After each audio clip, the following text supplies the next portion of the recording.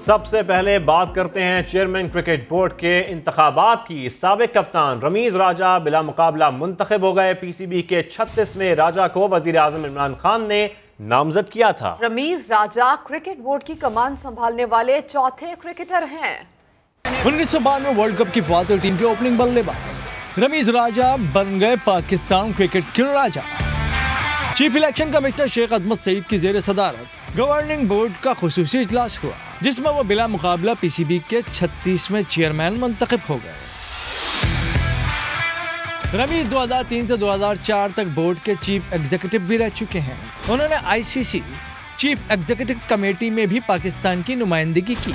MCC की मौजूदा world cricket committee के रुकन भी हैं।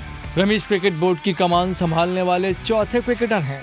इससे कबल साबिक क्रिकेटर अब्दुल हफीज कारदार, जावेद बर्की और एजाज बट भी चेयरमैन का ओहदा संभाल चुके हैं। चेयरमैन पीसीबी रमीज राजा ने T20 वर्ल्ड कप के लिए मैथ्यू हेडन और वर्निन प्लेंडर को बैटिंग और बॉलिंग कोचेस लाने का ऐलान कर दिया। अपनी पहली प्रेस कॉन्फ्रेंस में कहा कि कौमी टीम से खेलने वाले 192 खिलाड़ियों के मुआवजों में 1 लाख रुपए का इजाफा किया जाएगा। मैं यहाँ गालियां खाने नहीं आया हूँ, रवैये और सोच को बदलना होगा। इसी मामले पर बात करेंगे। हमें इस वक्त ज्वाइन किया है साबिक क्रिकेटर मुश्ताक अहमद साहब ने। मुश्ताक साहब बहुत शुक्रिया हमें ज्वाइन करने के लिए। मुश्ताक साहब, नौ मुंतखब चेयरमैन पीसीबी ने एक बार फिर गैर मुल्की कोचेज लाने का ऐलान किया है। बड़े बड़े एग्रेसिव कोचेज हैं वो। वर्ल्ड कप में सिर्फ 1 माह बाकी रह गया है। पीसीबी के इस फैसले को आप कैसे देखते हैं? कितना फायदा होगा आने वाले वर्ल्ड कप में? जी बिस्मिल्लाहिर्रहमानिर्रहीम। एक तो बहुत बहुत मुबारक हो रमीज भाई को, ऑफिशियली उन्होंने पीसीबी को ज्वाइन कर लिया है। और दूसरा ये जो उन्होंने फर्स्ट क्लास क्रिकेटर्स की सैलरी बढ़ाई है और इनमें इंसेंटिव दिया, ये बिल्कुल अच्छा किया उन्होंने। इससे बहुत ज़्यादा एक confidence level lower domestic level के ऊपर तगड़ा बनेगा, लोगों का माइंड सेट क्लियर होगा। और दूसरा जो उन्होंने कोचेज लेके आए हैं ऑस्ट्रेलिया के और साउथ अफ्रीका के, उनके अपने एक्सपीरियंसेस बहुत अच्छे हैं, उनके अपने स्टैट्स बहुत अच्छे हैं। तो आई थिंक हमें एक तो ये इनको वेलकम करना चाहिए और दूसरा रमीज भाई को टाइम देना चाहिए कि जो वो फैसले करेंगे उनका रिजल्ट फौरन हमें वो नहीं करना चाहिए, उसको मैं थोड़ा सा हमें टाइम लेना पड़ेगा। तो आई थिंक ओवरऑल ये दोनों क्रिकेटर्स जो है, मैं इनके साथ खेला भी हूँ, देखा भी है इनको। I think they are very very good cricketer और वेरी एक्सपीरियंस। तो आई थिंक अच्छा आप जैसा कि सुन भी बिल्कुल मुश्ताक साहब आप सुन भी रहे होंगे प्रेस कॉन्फ्रेंस उनकी, जैसा कि वो कह रहे थे क्रिकेट की डायरेक्शन को रीसेट करने की जरूरत है। इससे क्या मुराद है उनकी? दोबारा बोलिएगा, आपकी आवाज। उन्होंने रमीज राजा साहब ने कहा कि क्रिकेट के मॉडल को, डायरेक्शन को रीसेट करने की जरूरत है। इससे क्या मुराद है रमीज राजा की? I think first class cricket और जो डेवलपमेंट अंडर 19 लेवल के ऊपर और जो हमारा माइंडसेट है अपना इंटरनेशनल क्रिकेट के ऊपर, क्योंकि 20-22 साल से वो कमेंट्री कर रहे हैं और इंटरनेशनल क्रिकेट को बड़ी करीब से देखते हैं। तो आई थिंक जो उनका माइंडसेट, मुझे लगता है प्रेस कॉन्फ्रेंस सुनी है जो मैंने जितनी भी, उसमें ये लगता है कि वो चेंजिंग लेके आएंगे, वो ब्रांड खेलना चाहते हैं, वो ब्रांड को ऊपर लेके आना चाहते हैं जो इस वक्त इंटरनेशनली चल रहा है। और आई थिंक वो माइंडसेट चेंज करने की जरूरत है। वो ब्रांड जो है वो इंटरनेशनली, उसके लिए माइंडसेट प्लेयरों का और कोचेस का एक पेज पे होना बहुत जरूरी है। इस आई थिंक दैट इज जो उनका मकसद है, मुझे ये लगता है। ठीक है मुश्ताक साहब, हमारे साथ ही रहिए। क्रिकेटर उमर गुल ने भी हमें ज्वाइन किया है। उमर, सबसे पहले तो ये बताइए कि चेयरमैन पीसीबी के तौर पर रमीज राजा को आप कैसा देखते हैं, उनकी सिलेक्शन को? दूसरी बात, आते ही उन्होंने जो प्रेस कॉन्फ्रेंस की है उसमें उन्होंने जो बातें की हैं, ये इनिशिएटिव कैसा लग रहा है आपको? आई थिंक सबसे पहले तो रमीज भाई को बेस्ट विशेस, गुड लक कहूँगा कि अल्लाह करे कि जो मैंने प्रेस कॉन्फ्रेंस सुनी है और जो बातें उन्होंने की, अल्लाह करे कि वो उस पर काम भी हो जाए। और आई होप कि इंशाल्लाह वो करें, क्योंकि उनके जो जिस माइंड ऑफ फ्रेम से वो आए हैं तो वो चाहते हैं कि कोई काम हो जो मॉडर्न डेज क्रिकेट की जो रिक्वायरमेंट है। तो आई थिंक वो उस पर काम करेंगे। और मेरे ख्याल से कुछ चीज़ें उन्होंने बड़ी अच्छी वो जो प्रेस कॉन्फ्रेंस में की है, तो मैं तो काफ़ी उस चीज़ से खुश हुआ हूँ। जो सबसे पहले जो बात है कि जो हमारे जो फर्स्ट क्लास के प्लेयर्स हैं उनके जो फाइनेंशियली जो प्रॉब्लम आ रहे थे, एक तो डिपार्टमेंट बंद होने के बाद काफ़ी प्लेयर्स जो ना जॉबलेस हो गए थे, और प्लस जो हम बार बार बात कर रहे थे कि आप फर्स्ट क्लास के क्रिकेटर को आप पैसा दो, उनको उन पे इन्वेस्टमेंट करें। तो मेरे ख्याल से जो सबसे पहले उन्होंने जो अनाउंसमेंट की है कि प्लेयर्स की जो रिटायरशिप है उसमें 1-1 लाख रुपए के जो एक्स्ट्रा वो किए, मेरा ख्याल सबसे बिल्कुल उमर गुल, उन्होंने काफ़ी बड़े बड़े ऐलानात किए। इसके साथ साथ मैं इस पर भी कमेंट चाहूँगा आपसे कि उन्होंने पहले तो कहा कि मिसबा का और वकार का बहुत शुक्रिया, इसके साथ साथ उन्होंने नए कोचेस का ऐलान भी कर दिया, फिर ये भी कहा कि कोचिंग हदफ के मुताबिक हमारी नहीं हो रही थी। तो इंटरनेशनल कोचेस का बाना, वो भी वर्ल्ड T20 से पहले, इसको आप कैसे देख रहे हैं? आई थिंक मेरे ख्याल से जो मैंने प्रेस कॉन्फ्रेंस सुनी और जो मैं टीवी पे देख रहा हूँ, तो वो सिर्फ अभी उनको लेके आए वर्ल्ड कप के लिए, और डिपेंड करता है फिर उसके बाद कि वो उनको आगे कंटिन्यू करते हैं कि नहीं, क्योंकि अभी मेरा ख्याल से फिलहाल ये वर्ल्ड कप के लिए है, और डिपेंड करता है उनकी परफॉर्मेंसेस पे कि वर्ल्ड कप में किस तरह के परफॉर्मेंस देते हैं। मे बी के वर्ल्ड कप के बाद फिर प्रॉपर ये एडवर्टाइज करे उसके लिए, कोचिंग के लिए। तो मेरे ख्याल से जो मैं देख रहा हूँ और जो मैंने सुना है कि अभी ये फिलहाल उन्होंने ये वर्ल्ड कप के लिए किए हैं। ठीक है उमर, साथ ही रहिए। क्रिकेटर सलमान बट ने भी हमें ज्वाइन कर लिया है। सलमान, एक तो जो आते ही रमीज राजा ने एक इनिशिएटिव लिया, उन्होंने इंसेंटिव लगाए, इस बारे में आप भी बताइएगा। दूसरी बात यह कि रमीज राजा का एक मोटिव है कि पाकिस्तान के अंदर मॉडर्न क्रिकेट होनी चाहिए। क्या आप समझते हैं कि आलमी मयार की क्रिकेट के लिए जो वो इकदामात लेना चाह रहे हैं वो ज़रूरी हैं और वो होने चाहिए पाकिस्तान में? देखिए, सबसे पहले तो उन्हें बहुत मुबारक हो, अल्लाह ताला ने उन्हें बहुत बड़ा मुकाम दिया, इज्जत दिया, और आई होप कि इंशाल्लाह वो क्रिकेट के लिए बेहतरीन काम करेंगे। और जैसा कि इनिशियली उनके ऐलानात जो मैं ट्विटर पे देख रहा हूँ, आपने भी अभी बोला है, स्पेशली जो रिटेनर इंक्रीज किया है अपने डोमेस्टिक प्लेयर्स का, वो मच नीडेड था, बहुत अशद ज़रूरत थी। वो लड़के बहुत स्ट्रगल कर रहे थे जब से डिपार्टमेंट्स बंद हुए हैं। तो ये एक बहुत अच्छा इनिशिएटिव है और तारीफ के काबिल है आते साथ ही ऐसा करना। और दूसरी बात, जहाँ तक कोचेस की बात है, डेफिनेटली ये तो वर्ल्ड कप के हवाले से अनाउंसमेंट है। अभी तक ये नहीं सुना कि इनकी कोई लंबी टर्म है, सिर्फ वर्ल्ड कप तक बताया जा रहा है। तो देखिए, वर्ल्ड कप तो बिल्कुल सर पे है, इसमें कोई वंडर्स तो आप कर नहीं सकते एज कोचेस, बट डेफिनेटली ये अच्छे नाम है, बड़े नाम है, परफॉर्मर्स हैं वर्ल्ड क्रिकेट के। होपफुली इंशाल्लाह ये अच्छा काम करेंगे। बाकी यही है कि जो बातें मैं सुन रहा हूँ वो तो बहुत अच्छी साउंड कर रही हैं, एनर्जेटिक लग रहे हैं, पॉजिटिव चीजें हैं। अल्लाह करे कि ये एग्जीक्यूट हो पाकिस्तान क्रिकेट के लिए, और अगर होंगी तो हम उन्हें फुल सपोर्ट करें इंशाल्लाह। ठीक है, अच्छा हमारे साथ ही रहिए मुश्ताक साहब। जैसा कि हम देख रहे हैं कि चेयरमैन पीसीबी ने आने से पहले ही मुलाकातें शुरू कर दी क्रिकेट टीम के साथ, और एक अच्छी केमिस्ट्री उनकी बन रही है, हम देख रहे हैं प्लेयर्स के साथ। ये आने वाले वक्त में कैसी साबित होगी और कितनी ज़रूरी है पीसीबी चेयरमैन की क्रिकेटर्स के साथ एक केमिस्ट्री होना, कम्युनिकेशन होना डायरेक्ट? जी, बीइंग ए क्रिकेटर उनको डेफिनेटली ये पता है कि जो एक्स क्रिकेटर्स हैं और जो इस वक्त क्रिकेट में इन्वॉल्व हैं, जो सर्व कर रहे हैं क्रिकेट में, उनके साथ उनकी कम्युनिकेशन बढ़ना बहुत ज़रूरी है। बिकॉज जो वो ग्रास रूट से लेके ऊपर इंटरनेशनल क्रिकेट तक जो लोग बहुत करीब से इस गेम को देख रहे हैं और चला रहे हैं, उनकी राय रमीज भाई के लिए बहुत इंपॉर्टेंट होगी। उसकी वजह यह है कि कई दफ़ा ग्राउंड रियलिटीज़ कुछ और होती हैं, और वो जो जिसका मकसद जो विजन होता है, जो जिसको वो अचीव करना चाहते हैं, वो कुछ और सोच रहे होते हैं। तो आई थिंक रमीज भाई की कम्युनिकेशन बहुत अच्छी है, क्योंकि वो उनको पता है कि क्रिकेटर्स को साथ लेके चलेंगे तो उनको फायदा भी होगा और उनको बहुत एडवांटेज मिलेगा इसकी।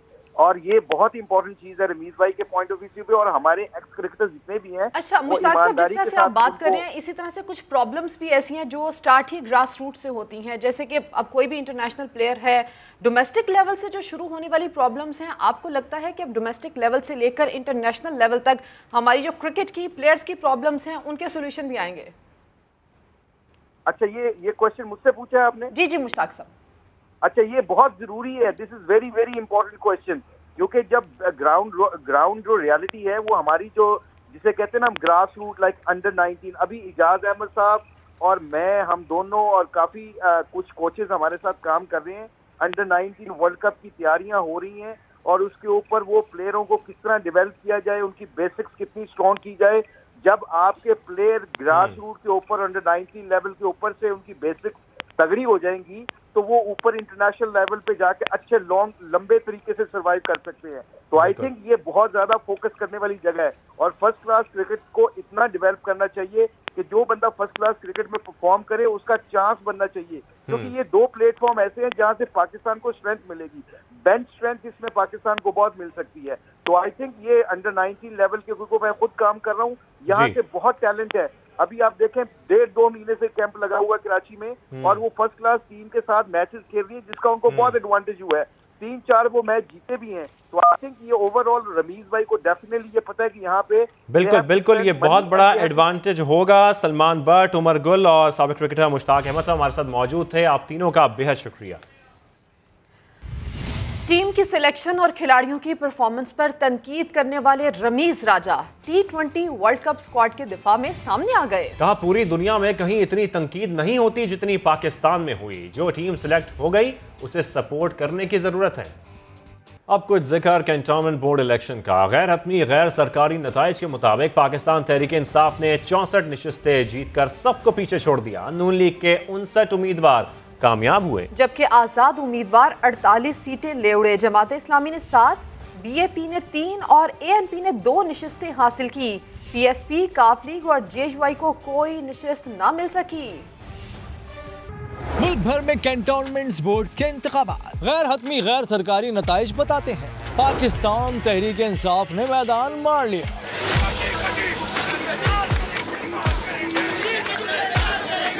64 नशिस्तों के साथ सबसे आगे है फैसल कैंट और गुजरावाला से सबसे ज्यादा 6 सीटें हासिल की। दूसरे नंबर पर नून लीग ने 59 नशिस्तें हासिल की। सबसे ज्यादा 9 नशिस्तें लाहौर वाल्टन से जीती, जबकि तीसरे नंबर पर 48 आजाद उम्मीदवार कामयाब रहे। सबसे ज्यादा मुल्तान से 9 सीटें जीती। पाकिस्तान पीपल्स पार्टी के 17 उम्मीदवार इंतखाब जीत सके। MKM ने 10 नशिस्तें अपने नाम की, जबकि जमात इस्लामी के 7 उम्मीदवार कामयाब करार पाए। बलोचिस्तान अवामी पार्टी 3 और ANP 2 नशिस्तें हासिल कर सके, जबकि PSP, काफ लीग और JUI कोई नशिस्त न हासिल कर सके। रावलपिंडी वाल्टन के एक उम्मीदवार का इंतकाल हो गया, पोलिंग मुलतवी की गई और कामरा कैंट की 4 नशिस्तों पर बाइकआउट के सबब पोलिंग न हो सकी। उम्मीदवारों और इलाका मकीनों का एतराज था कि हल्का बंदियां सही नहीं हुई। रावलपिंडी, लाहौर और मुल्तान में कैंटोनमेंट बोर्ड्स के इंतखाबात में PTI का पत्ता साफ हो गया। नून लीग और आजाद उम्मीदवार नशिस्तें ले उड़े। कैंटोनमेंट बोर्ड के इंतखाबात लाहौर, पिंडी और मुल्तान में हुकूमती जमात के लिए अच्छे नताइज सामने नहीं लाए। तहरीक इंसाफ रावलपिंडी कैंटोनमेंट बोर्ड से 1 नशिस्त भी न जीत सकी, जबकि नून लीग वाले 7 नशिस्तों पर कामयाब हुए। 2 आजाद उम्मीदवार भी यहां से जीत गए। लाहौर के 2 कैंटोनमेंट बोर्ड के 19 वार्ड में से 15 पर नून लीग ने जीत के झंडे गाड़े। वाल्टन कैंटोनमेंट बोर्ड के 9 वार्ड में क्लीन स्वीप किया। लाहौर बोर्ड में 6 नशिस्तें हासिल की, जबकि PTI को यहां से 3 नशिस्तें ही मिल सकी। कैंटोनमेंट बोर्ड मुल्तान में आजाद उम्मीदवारों ने मैदान मार लिया। तहरीक इंसाफ 1 नशिस्त भी हासिल न कर सकी। सदर मुस्लिम लीग नून और कायदे हिज़्ब इख्तिलाफ शहबाज शरीफ कहते हैं कि कैंटोनमेंट बोर्ड इलेक्शन में नून लीग की कामयाबी नई सुबह का आगाज है। महंगाई में पिसे अवाम ने बेरोजगारी, मुआशी तबाही के मुजरिमों को मुस्तरद कर दिया। PTI बदतरीन इंतकाम के बावजूद अवाम को कोई रिलीफ नहीं दे सकी। पंजाब से इंतखाबी नताइज पार्टी की पंजाब में अवामी खिदमत की तायद हैं। कैंटोनमेंट बोर्ड इंतखाबात से बनने वाले मोमेंटम को कोई नई कुव्वत मिलेगी। सदर मुस्लिम लीग नून और कायदे हिज़्ब इख्तिलाफ शहबाज शरीफ कहते हैं कि कैंटोनमेंट बोर्ड इलेक्शन में नून लीग की कामयाबी एक नई सुबह का आगाज है। वफाकी वज़ीर असद उमर ने कहा है कि कैंटोनमेंट बोर्ड्स के इंतखाबात से फिर साबित हो गया कि तहरीक इंसाफ मुल्क की वाहिद अक्सरियती जमात है और वज़ीर आज़म इमरान खान ही वाहिद कौमी रहनुमा है। समाजी राबते की वेबसाइट ट्विटर पर अपने बयान में असद उमर ने कहा कि कैंटोनमेंट बोर्ड के इंतखाबात में तहरीक इंसाफ हर सूबे में पहले या दूसरे नंबर पर रही है। उन्होंने कहा कि नून लीग बलोचिस्तान में कोई सीट हासिल न कर सकी। पीपल्स पार्टी की पंजाब में कोई सीट नहीं है। वज़ीर मुमलिकत इत्तलात व नशरियात फ़ारूक हबीब कहते हैं कि कैंटोनमेंट इंतखाबात में अवाम ने वज़ीर आज़म पर भरपूर एतमाद का इजहार किया है। एक बार फिर PTI सबसे ज्यादा नशस्तों के साथ सरफहरिस्त रही। मुस्लिम लीग नून और पीपल्स पार्टी सुकड़ कर इलाकाई जमातें बन गईं। कैंटोनमेंट बोर्ड इलेक्शन लाहौर में शेर ने बल्ले के परखचे उड़ा दिए। तहरीक इंसाफ को बदतरीन शिकस्त हुई। नून लीग ने 20 में से 15 सीटें अपने नाम की। इंतखाबात में कामयाबी पर मुस्लिम लीग नून ने जश्न मनाया। वाल्टन रोड पर कारकुनान ने भंगड़े डाले। साद रफीक कहते हैं कोई भी मुस्लिम लीग नून को अवाम के दिलों से नहीं निकाल सकता। तहरीक इंसाफ के सेनेटर एजाज चौधरी ने नून लीग को जालसाजी की चैंपियन करार दे दिया। रियाज अहमद रिपोर्ट करेंगे। Cantonment board election. लाहौर में नून लीग का पलड़ा भारी रहा। वाल्टन कंटोनमेंट बोर्ड से नून लीग ने क्लीन स्वीप किया। लाहौर कंटोनमेंट बोर्ड में भी शेर ने बल्ले को पीछे छोड़ दिया।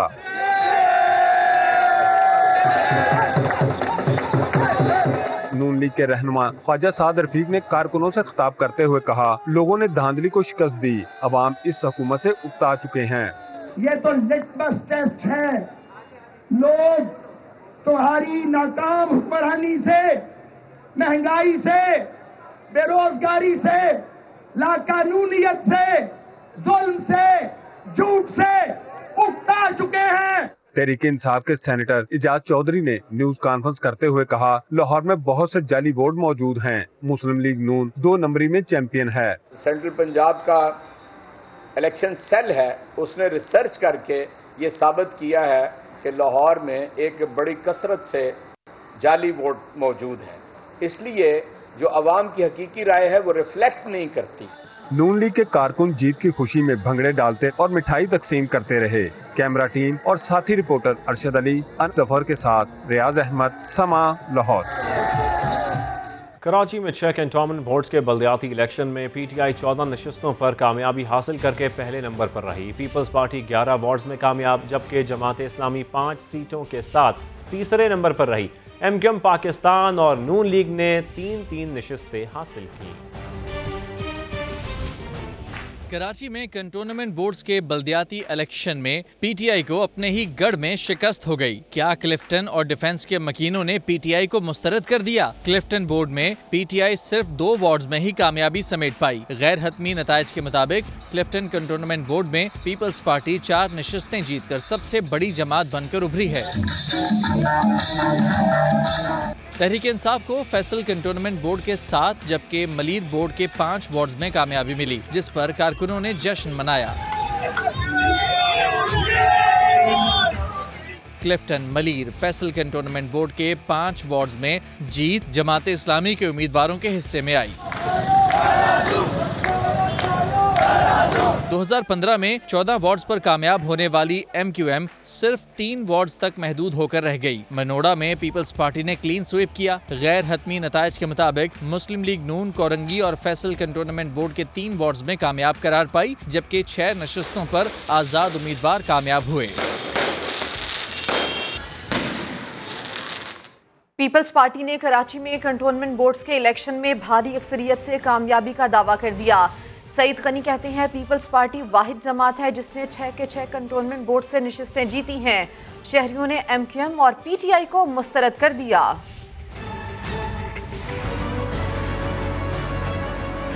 क्लिफ्टन कंटोनमेंट बोर्ड में जो सिंगल लार्जेस्ट पार्टी है वो पाकिस्तान पीपल्स पार्टी है।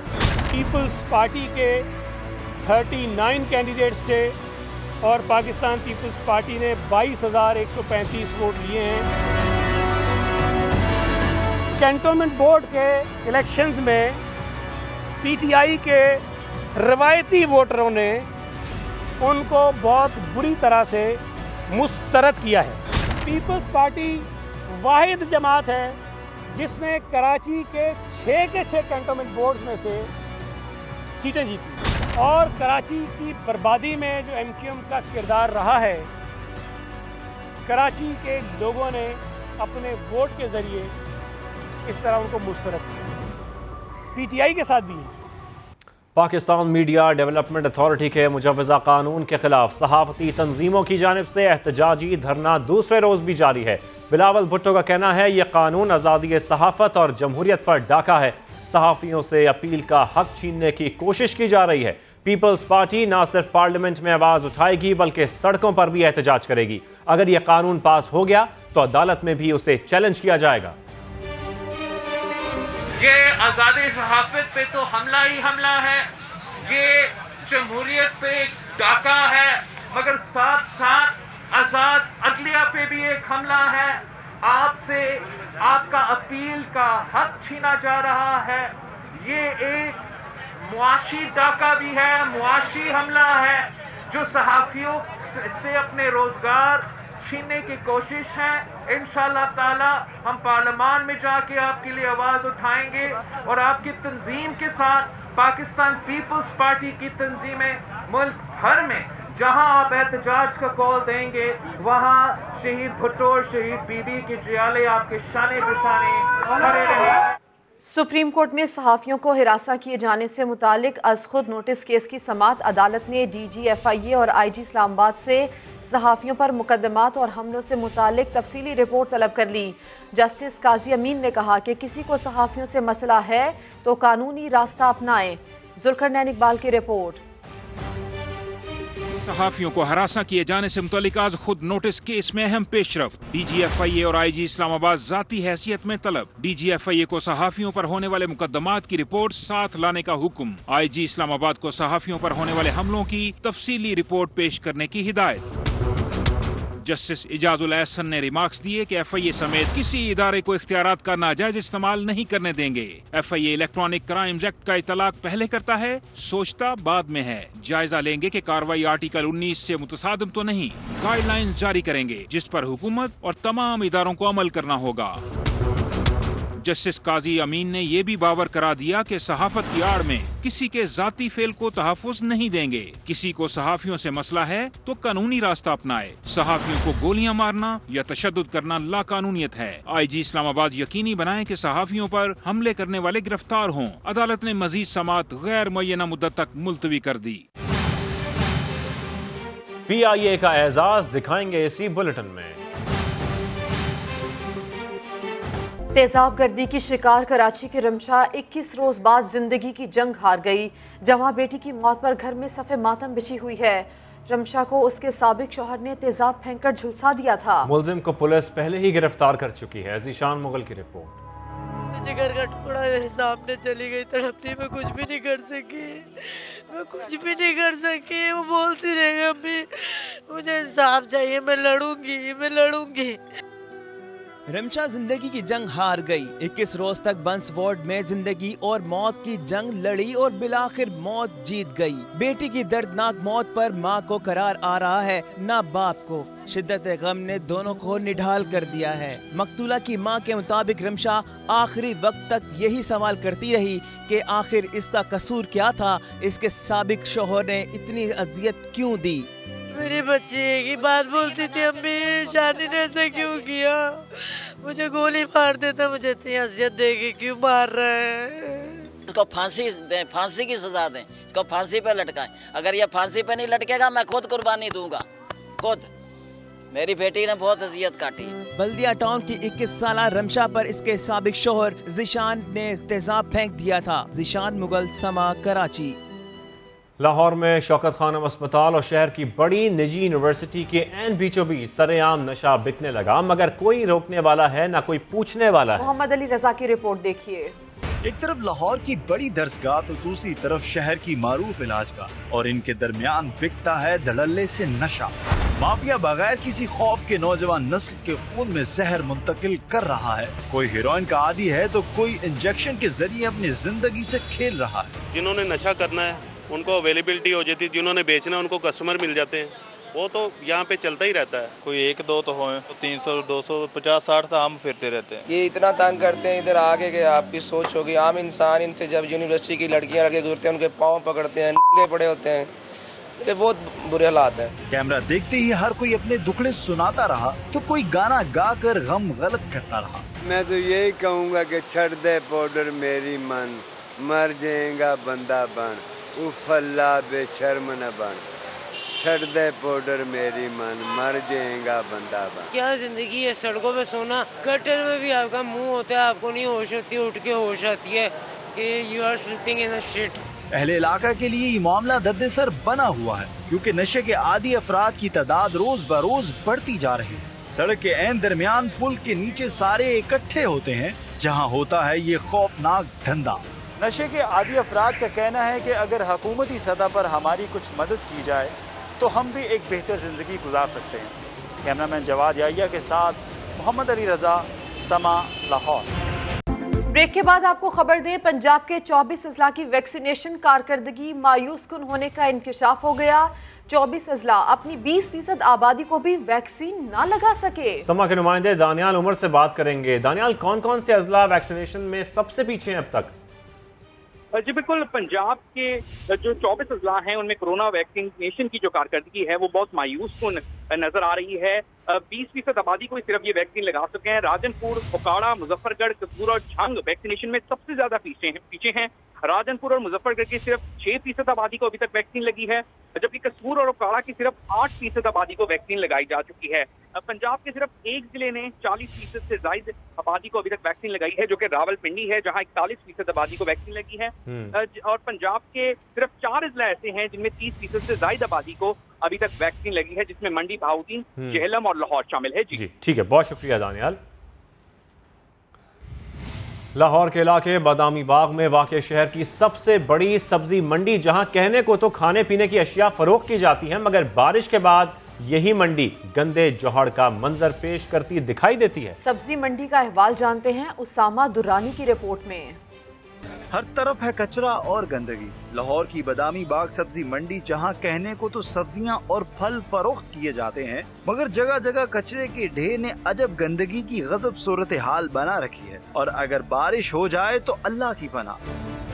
मंडी दे विच तालाब बनया हुआ है, ਉਹ ਤਾਂ बैठे ने करी साडे दा पुछो, ਜਿਹੜੇ ਸਾਡੇ ਅਸੀਂ ਆਨੇ ਆ ਸਾਨੂੰ ਸਾਡੀ ਬੇਇੱਜ਼ਤੀ ਕਿੰਨੀ ਹੈ, ਇੱਜ਼ਤ ਕਿੰਨੀ ਹੈ, ਇੰਨੀ ਗੰਦਗੀ ਦੇ ਵਿੱਚ ਫਿਰ ਰਹੇ ਆ, ਸਾਡੇ ਕੀ ਪੱਲੇ ਰਹਿ ਗਿਆ। ऐसे इंसान नहीं है। इसी जगह से कमिश्नर के घर फ्रूट जाता है, डीसी के जाता है, चीफ सेक्रेटरी के जाता है। ये फल और सब्जियां यहीं से जाती, जो लोग ये खाते हैं। मंडी में मौजूद दुकानदारों का कहना है कि ये गंदगी और कचरे के बायस यहाँ कारोबार बहुत ज्यादा मुतासर होता है। अंदर गंद इतना कि अंदर खड़े होने की जगह नहीं है, अंदर अड्डे नहीं लगते, बाई लगे हुए हैं, सड़क पे बैठे हुए हैं। हुकूमती अदम तौजीह के बायस शहर की सबसे बड़ी सब्जी मंडी की अबतर सूरत हाल है। कारोबारी हजरात ने इंतजामिया से सब्जी मंडी की हालत को जल्द बेहतर करने का मुतालबा कर दिया। कैमरामैन अरशद के साथ उसामा दुरानी, समा, लाहौर।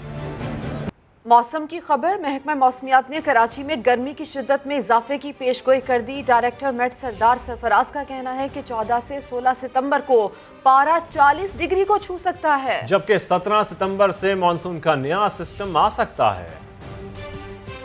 कराची में कल से मौसम गर्म और परसों से फिर शदीद गर्म होने का इम्कान है। कराची में वही 40-41 तक जा सकता है टेम्परेचर, 14, 15, 16 को, शायद 17 को भी 38-39 तक ही रहे। 17 से ऑनवर्ड फिर इम्कान होगा बारिश का। फिर वक्त इतना ही। एक ब्रेक के बाद हाजिर होंगे हेडलाइंस के साथ। आप देखते रहिए समा।